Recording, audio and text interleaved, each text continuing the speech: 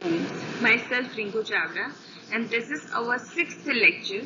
In this lecture we will learn about control structures in detail. During this video we will see what are the decision making statements and what are the iterative statements. Now first of all we will see what is control structures and what is the use of control structures. Basically, control structures are used to alter the flow of execution of the program.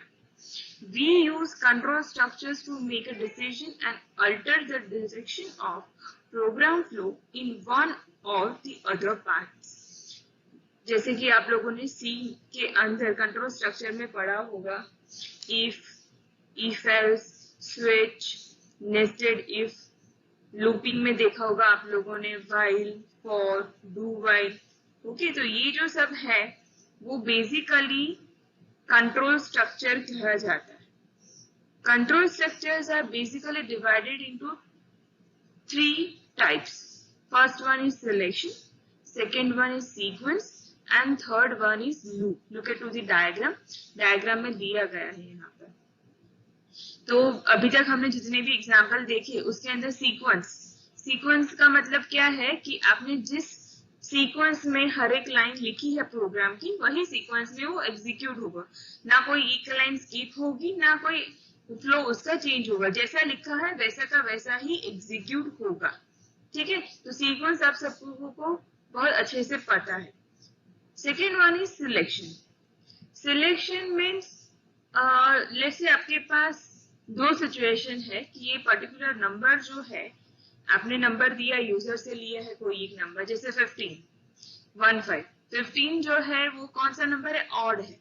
तो जब भी मैं 15 डालती हूँ तो screen पे मुझे क्या दिखाना चाहिए, ऑड दिखाना चाहिए. अगर मैंने 20 दिया अगर नंबर तो वो स्क्रीन पे क्या दिखाएगा, इवन दिखाएगा. यानी यहाँ पे depending on the value it will display the message. तो यहाँ पर क्या है, दोनों स्टेटमेंट एग्जीक्यूट नहीं होंगे, इवन और ऑड. अगर नंबर इवन है तो इवन ही प्रिंट होगा और अगर नंबर ऑड है तो ऑड ही प्रिंट होगा. So this way you can select particular statements for the execution based on the condition. What is the situation के बेस पे आप डिसाइड करते हो. And the third one is loop. Loop is basically known as iterative statements, and iterative statements are basically used to execute set of statements for a multiple times. Okay, and they are basically while, for and do while. So now we will see each one in detail. So now look at the screen. First one is the flow diagram of sequence structure जिसके अंदर entry होते ही action 1 execute होगा, action 2, action 3. ठीक है, यहाँ पे action 3 है diagram में. ठीक है, action 1, 2, 3 means it's a statement. यानी हर एक स्टेटमेंट C++ का जो होगा वो पूरी सीक्वेंस में एग्जीक्यूट हो जाएगा. ठीक है, यहाँ पर दूसरा डायग्राम जो है that is of related to selection structure. Selection structure का फ्लो कैसा होगा, जब भी एंट्री किया तो वो कंडीशन चेक करेगा. अगर कंडीशन ट्रू है, कंडीशन बराबर है, सही है, तो एक्शन 2 एग्जीक्यूट होगा. अगर कंडीशन फॉल्स है, ठीक है, तो एक्शन 1 एग्जीक्यूट होगा और उसके बाद एग्जिट हो जाएंगे दोनों. यानी ट्रू के लिए एक्शन 2 एंड फॉल्स के लिए एक्शन 1. ऐसे दोनों में से कोई एक ही एग्जीक्यूट हो सकता है क्योंकि कंडीशन कभी ट्रू और फॉल्स साथ में आंसर नहीं देती है. कंडीशन या फिर इवैल्यूएट होगी ट्रू से या फिर इवैल्यूएट होकर आंसर देगी फॉल्स. यानी यहाँ पे डिसाइड कर रहे हो कि कौन सा स्टेटमेंट एग्जीक्यूट होगा. This is why this is known as selection structure as well as decision making structure. और उसके एग्जांपल्स है इफ एल्स, स्विच. ठीक है, वो सब हम डिटेल में देखेंगे. And the third one is loop structure or else iterative statements. अभी loop structure में क्या होगा, एंट्री हुई उसके बाद कंडीशन चेक होगी, कंडीशन चेक हुई फाइन, उसके बाद अगर कंडीशन ट्रू है तो एक्शन 1 होकर वापस से एंट्री में चला जाएगा। कब तक घूमेगा ऐसे? जब जितनी बार ये कंडीशन ट्रू वैल्यू देगा तब तक ये action 1 condition check, action 1 condition check, action 1 condition check ऐसे होगा। जैसे ही कंडीशन फॉल्स इवैल्यूएट होती है तो वो जो साइकिल थी ना एग्जीक्यूशन पूरा, condition check action 1, condition check action 1, वो जो साइकिल है वो ब्रेक हो जाएगी और कंडीशन जैसे ही फॉल्स हुई वो एक्शन 2 को एग्जीक्यूट करेगा। यानी जो हम एक ही टास्क बारी बारी रिपीट कर रहे थे वो यहाँ पे स्टॉप हो जाएगा। ठीक है, तो अभी ये लूपिंग स्ट्रक्चर इंप्लीमेंट करने के लिए हमारे पास व्हाइल, डू व्हाइल और फॉर, ये 3 टाइप की कंट्रोल स्टेटमेंट्स है। ठीक है, so this is overview about the what do you mean by sequence structure, what do you mean by selection structure, and what is loop structure with the help of flow diagram. Now first we will see selection structure or as decision making structure. Okay, decision making is about deciding the order of execution of statements based on certain conditions. यानी आप कोई particular condition देते हो और उसके basis पे particular statements execute होंगे। ठीक है, C++ handles decision making by supporting the following statements, that is if, switch, conditional operator and go to statements. Okay, right now we will see in detail if and switch. First of all we will see if statement. The if statement may be implemented in a different forms depending on the complexity of condition to be tested. For example, अगर requirement ऐसी है कि एक ही condition check करना है और output देना है तो if चलेगा। आपके पास 2 है अगर condition, 2 या उससे ज्यादा condition check करके output देना है तो आप if else या if else if का statement use कर सकते हो और even you can use nested if else also। ठीक है, तो सबका फ्लो डायग्राम, सिंटैक्स और एग्जांपल देखते हैं। if statement. The C++ if statement tests the condition if it is executed if the condition is true. देखो यहाँ पे सिंटैक्स दिया है if इन ब्रैकेट कंडीशन और कर्ली ब्रैकेट में कोड दिया है। कंडीशन अगर ट्रू है तो ही कोड एग्जीक्यूट होगा, अदरवाइज कोड एग्जीक्यूट कभी नहीं होगा। ठीक है, तो देखो यहाँ पे उसका फ्लो डायग्राम दिया है। कंडीशन चेक ट्रू है तो इफ का कोड एग्जीक्यूट होगा और उसके बाद इफ के बाहर निकल जाएगा। अगर फॉल्स है तो कंडीशन चेक। यहाँ पर एग्जांपल देखो इसका, यहाँ पे क्या दिया है, int num is equal to 10। ठीक है, num मॉड्यूलो 2 यानी मॉड्यूलो क्या देगा आपको, जिससे भी डिवाइड करते हो उसके रिगार्डिंग रिमाइंडर देता है। अगर 0 देता है उसका मतलब इवन नंबर है और 1 देता है तो ऑड नंबर। ठीक है, तो 10 दिया है, 10 दिए हैं तो उसके हिसाब से it is a even number, ऐसा आउटपुट में आएगा। ठीक है, तो this is if statement. Next is if else statement. The C++ if else statement also tests the condition. It executes if block if the condition is true, otherwise else block is executed. यहाँ पर अगर condition true है ना तो code if के बाद के bracket में जो लिखा है वो एग्जीक्यूट होगा और कंडीशन फॉल्स है तो else के अंदर जो कोड लिखा है वो वाला एग्जीक्यूट होगा। ठीक है, तो यहाँ पर एग्जांपल देखो उसका, number modulo 2 is equal to 0, तो नंबर की वैल्यू मानो कि मैंने 11 एंटर करवाई है यूजर से, तो 11 डालेंगे तो क्या प्रिंट करेगा, ऑड प्रिंट करेगा। सबसे पहले वो चेक करेगा 11 मॉड्यूलो 2, उसका आंसर क्या आएगा, 1 आएगा। 1 double equal 0 that is false, तो इफ का एग्जीक्यूट नहीं होगा इसलिए वो एल्स में जाके ऑड प्रिंट करेगा। अगर मैंने नंबर 10 डाला तो 10 मॉड्यूलो 2 डबल इक्वल 0 यानी 10 मॉड्यूलो 2 का आंसर 0 होगा। 0 डबल इक्वल 0 इक्वल है, कंडीशन ट्रू है तो it is even number print होगा, एल्स वाला पार्ट एग्जीक्यूट नहीं होगा। Next is if else statement. If else statement में कब यूज करोगे if else statement, when you have multiple statements, multiple conditions to check. ठीक है, जैसे कंडीशन 1 है, अगर वो ट्रू है तो उसके रिस्पेक्टिव जो कोड ब्लॉक दिया है वो एग्जीक्यूट होगा। अगर फॉल्स है तो एलसीएफ में कंडीशन 2 चेक करेगा, अगर वो ट्रू है तो उसका रिगार्डिंग कोड एग्जीक्यूट करेगा। अगर कंडीशन 2 फॉल्स है तो एलसीएफ में जाके कंडीशन 3 चेक करेगा, अगर वो ट्रू है तो उसका कोड ब्लॉक एग्जीक्यूट होगा, अदरवाइज एल्स में जाके उसका वो एग्जीक्यूट होगा। तो यानी 1 बाय 1 वो हर एक कंडीशन चेक करते करते आगे जाएगा, जहां पे उसको ट्रू मिला वहां से वो कोड ब्लॉक एग्जीक्यूट कर देगा और वहां से वो बाहर निकल जाएगा इफ एल्स के पूरे स्ट्रक्चर से। तो देखो यहाँ पे पूरा डायग्राम दिया है। कंडीशन 1 अगर ट्रू है तो स्टेटमेंट 1 एग्जीक्यूट हो जाएगा और नेक्स्ट स्टेटमेंट यानी इफ एल्स के पूरे स्ट्रक्चर से बाहर निकल जाएगा। अगर कंडीशन 1 फॉल्स है तो कंडीशन 2 में जाएगा और स्टेटमेंट 2 एग्जीक्यूट करेगा। कब? जब कंडीशन 2 ट्रू है तब, नहीं है तो फॉल्स में जाके वापस से कंडीशन चेक करेगा। ऐसे ही इफ एल्स के जितने भी आपने क्लॉजेस लिखे हैं वो सभी चेक होंगे। अगर कोई भी कंडीशन चेक नहीं हो रही है, ट्रू नहीं हो रही है, चेक तो हो रही है सभी, लेकिन अगर कंडीशन की वैल्यू ट्रू नहीं आ रही है तो अल्टीमेटली वो एल्स पार्ट में जो भी लिखा है वो एग्जीक्यूट करेगा और इफ एल्सिफ के ब्लॉक के बाहर का जो नेक्स्ट स्टेटमेंट है वहां पर फ्लो चला जाएगा। तो उसका एग्जांपल देखो यहाँ पर, enter a number to check grade.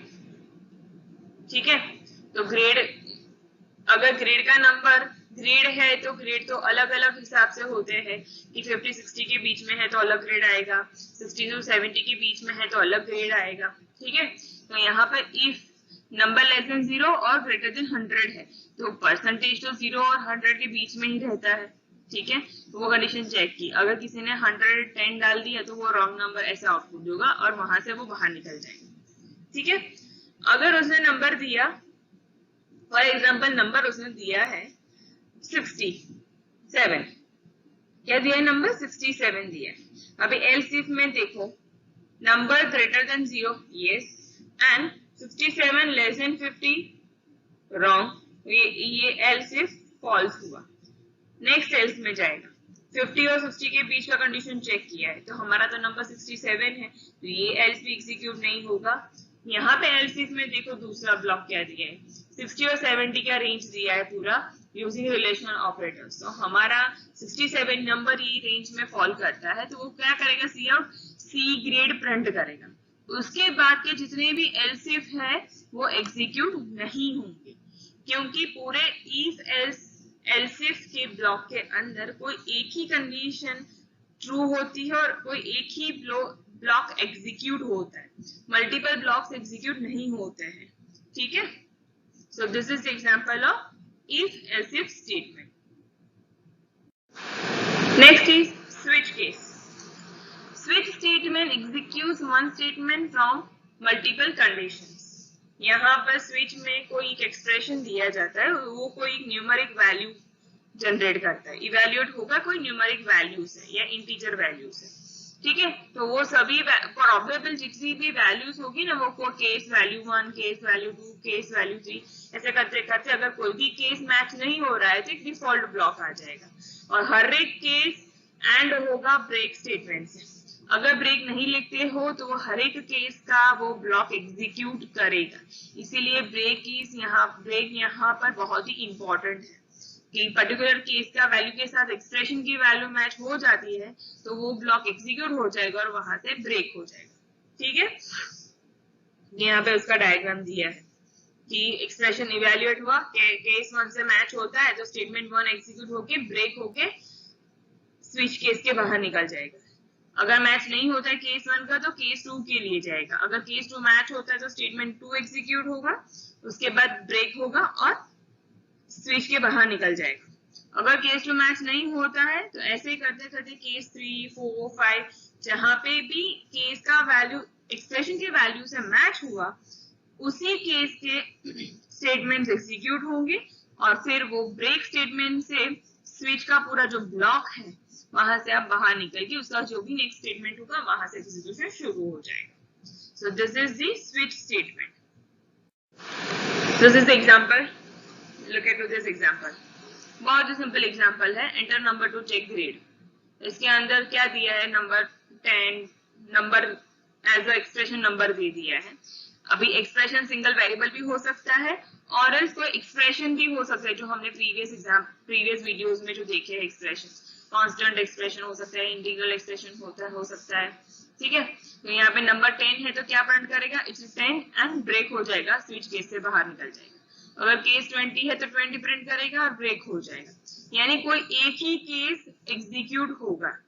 ठीक है, so this is example off switch statement.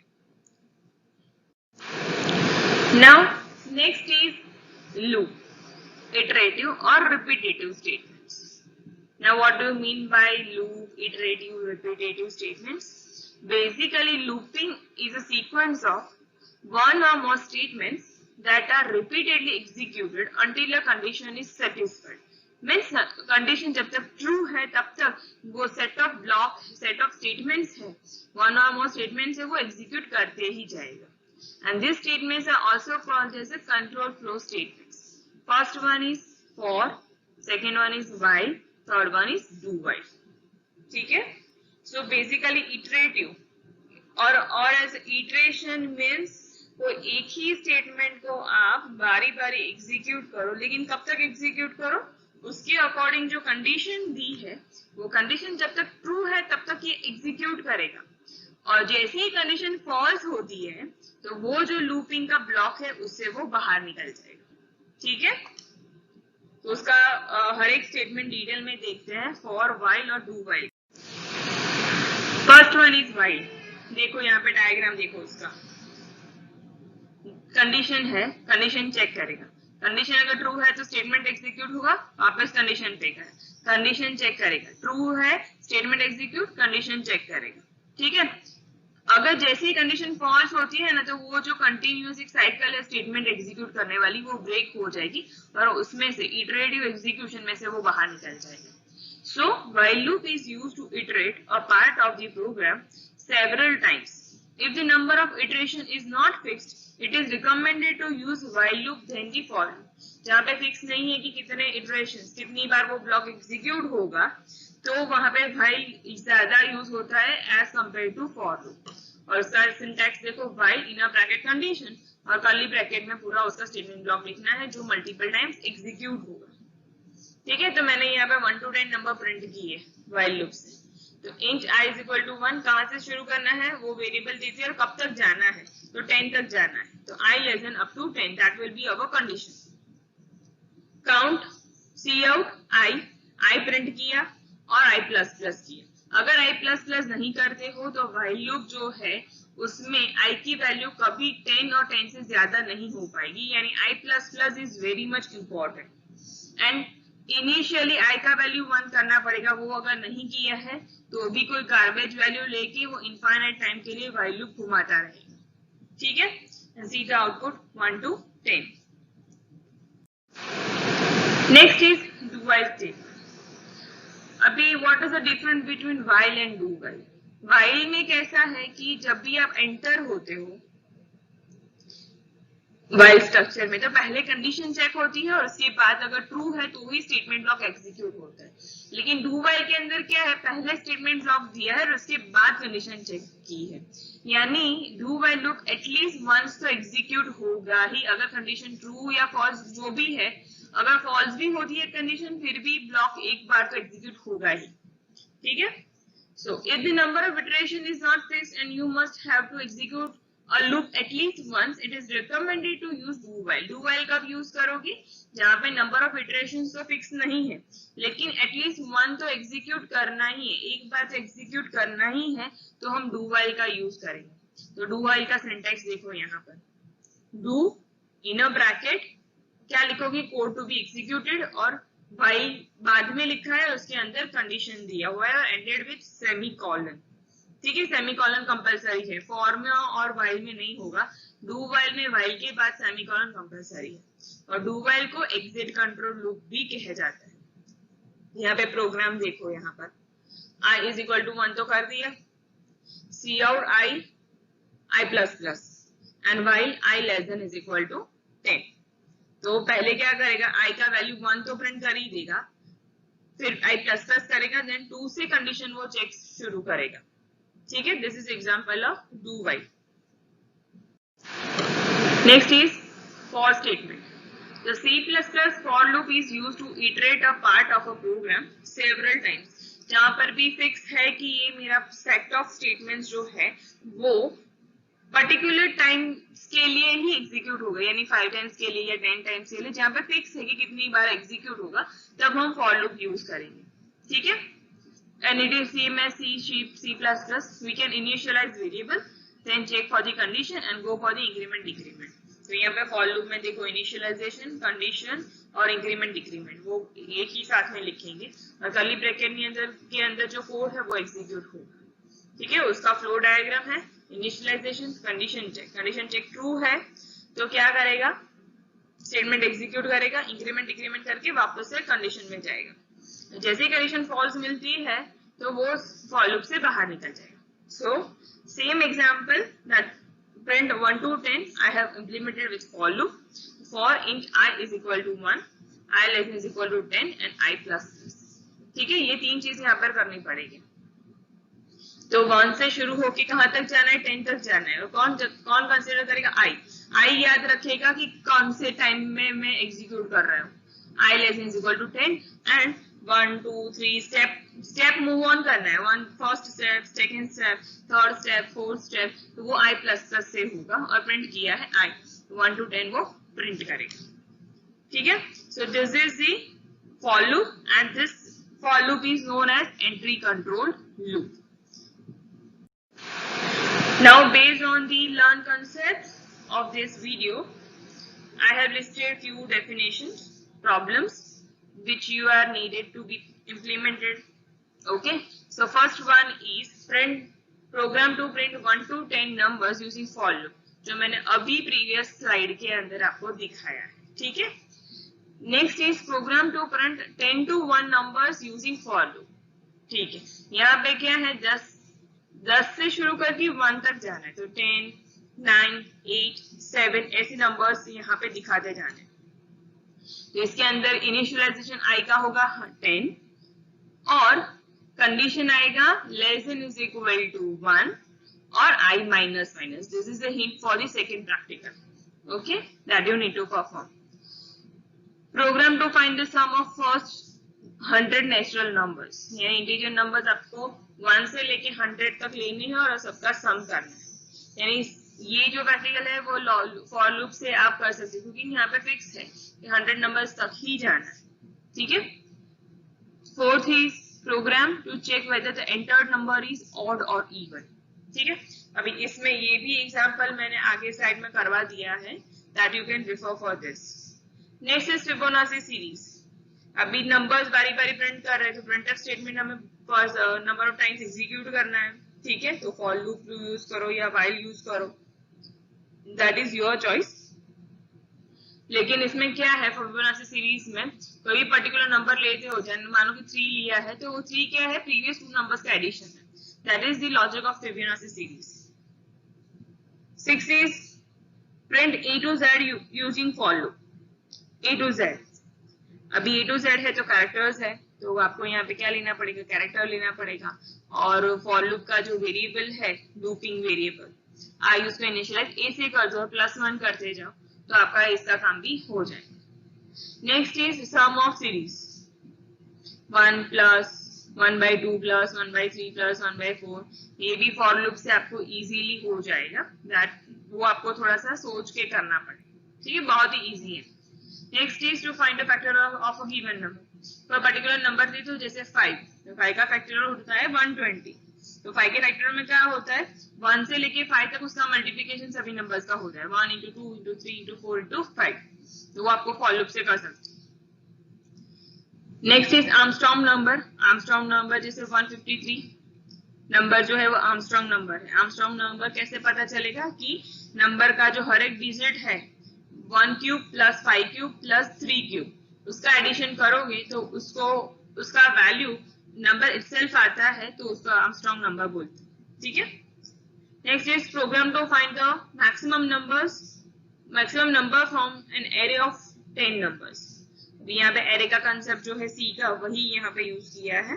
तो 10 वैल्यूज आप एरे की रीड करोगे यूजर से कीबोर्ड के थ्रू, और इसमें से जो मैक्सिमम है वो फाइंड करना है with the help of for loop and array. ठीक है? Now last one is program to read n integer numbers and find out how many numbers of them are positive, negative and zero. यानी 10 numbers लिए हैं, 10 में से 3 positive है, 4 negative है और 3 जीरो है.